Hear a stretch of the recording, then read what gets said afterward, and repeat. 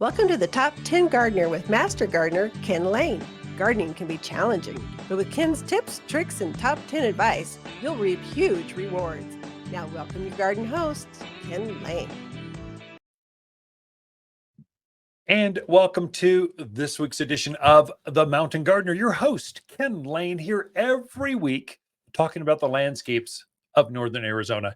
And well, fall is done, okay, in Arizona at least. Autumn's kind of the last of the leaves, so I've got a couple leaves left on my maples, but it's not many. The Bradford pears, the ornamental pears, actually the fruiting pears, they look pretty good for another next windstorm. And then it's going to be officially winter. So this is when your evergreens really take front stage. And so this is when 20%, that's what designers plan when doing a design in your yard. 20% of your landscape should be dedicated to evergreens, so that when everything else is deciduous, that is, they lose their leaves, you don't look naked, you don't look bare, you don't look like a lunar landscape, like there's nothing. What happened? Did they forget to plant out there all winter long? Your evergreens, your spruce, your pine, your red tip photinias, your native mahonias and silverberries, manzanitas, your hollies on the north side, yews. These are all the evergreen plants. There's lots of them. In fact, the garden center is filled with them because they look good this time of year. And folks are coming in, they want to have something, hollies by the front door. That screams holidays. It's perfect. And so we have a bunch of hollies. So lots of evergreens are in now. But if you get that wrong, you'd be going, oh, what happened? There's this just feels like there's not enough here. And so you come home and it's like, oh, you got nothing to hang your lights on. So the Lane Casa has got their lights are up and they're on. So I'm kind of excited for Christmas this year. So one thing you should watch right now. So if you've got a pond, if you've got fountains, if you've got water running out in the yard as a decor piece, you really don't want those to freeze. And so I haven't seen ice forming on top of the pond. We've got an active pond. It's pretty sizable. It's a waterfall, kind of comes up, goes to the garden. You can hear it throughout the backyard. The birds love it. And so, but one thing I do is keep the leaves out of the skimmer. That's a number one thing. So I did put a skimmer into my pond just because the debris gets so thick. And I really don't want to muck the thing out every other year. So the skimmer just takes all that debris, sucks it up, and I just have to dump it out. It's pretty full this time of year. The other one that you really have to watch, you do not want your pond to freeze solid across the top of that water feature. It's detrimental to fish because what happens is any debris that gets down in there underneath that ice, let's say leaves, just all the muck, all the dust that's happened over the season, as that gets trapped underneath that ice layer, it can kill your fish. There's some toxic things that happen, and they kind of, you'll see them they just will disappear. They died over the winter because they were underneath that ice layer, being slowly poisoned as things composted at the bottom of the pond.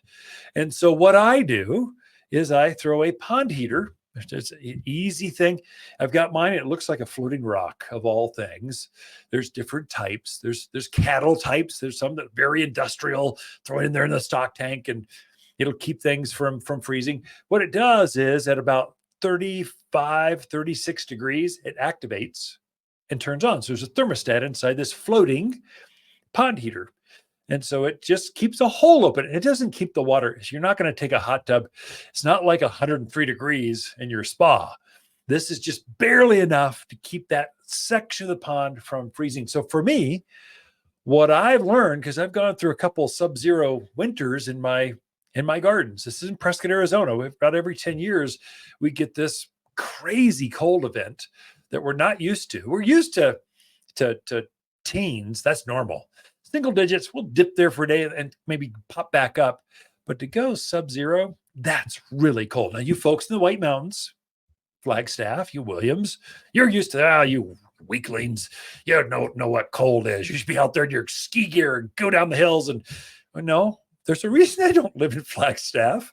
I go up there to ski, but I don't want to live there in that cold. It gets too cold. I like it here where it's, we get cold in 20s. I've seen 22 already in the backyard, and that's pretty comfortable. I enjoy that. Once you go down another 20 degrees, you're getting into low single digits. It's not fun. So I live here in Prescott, Arizona. When it gets really cold like that, that ice will just solid right over there. It can actually form where the grandkids can walk across it. It gets that thick, but if that ice gets too thick, it can actually start to freeze the pump motor. So I've got a waterfall. So I've got a 1-horse waterfall pump.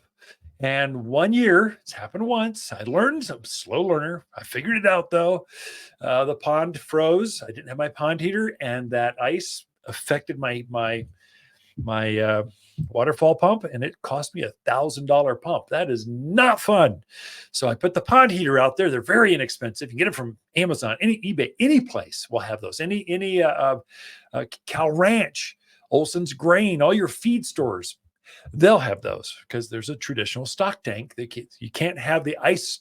The cattle don't want their ice. Horses don't want their water iced over. You keep it open, just a hole. And it allows all the toxic gases that build up underneath that ice for the fish, keeps them from being poisoned. It keeps your motors, the pond pump, from being frozen. And it just good health, helps lets the birds into the water. So there's a lot of, kind of watch that one. Make sure you same thing, winterize everything. And so I've taken home some bags of mulch, and I've thrown them on top of my irrigation valve. So in the ground, you've got a box. I just take home a bag. The best insulator ever is dirt. And I'm going to use some next year anyway. So it's either manure, potting soil, mulch. Taking one of my bags I'm going to use next spring. And I take those home and I put them now on top of my irrigation box. So it keeps those valves in the ground from freezing. If we get a harsh winter, that can happen.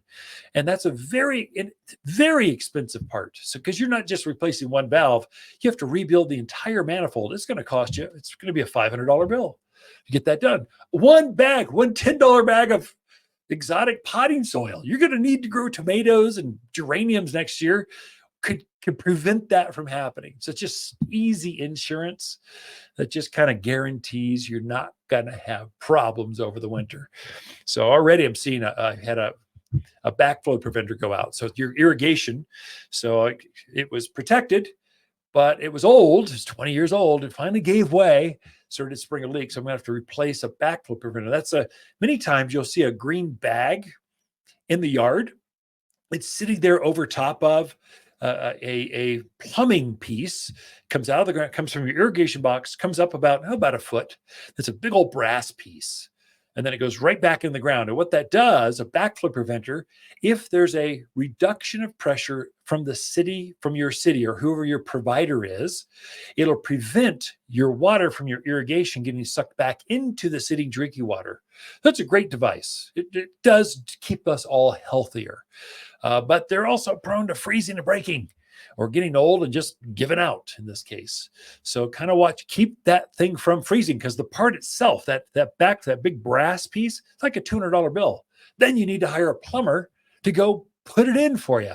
So you just don't want those things freeze. That's where your heat tape, the big green insulated bags, will take the pressure off. Anyway, that's some things you should watch. Watch your pond. That's one that's easy to forget because you're inside now and you go, oh, it's been running. You're enjoying sunsets through the autumn. Go, no, I love the pond out here. And now it's gotten cold. You're inside sipping a few more cups of tea, baking cookies already. And you've just forgot that it was out there. Don't do that. It's bad for your wallet, bad for your fish, and bad for your pump motor. So lots in store for you. I've got Lisa Watersline coming in with your garden questions right after this. Be right back. For luxurious evergreens in the yard, look no further than Waters. We have a luscious selection of evergreens that look their best in winter, so you can enjoy a beautiful landscape no matter the cold. Locally grown for stunning appearance and ability to thrive in cold weather. Perfect for that touch of luxury your neighbors are sure to be jealous of.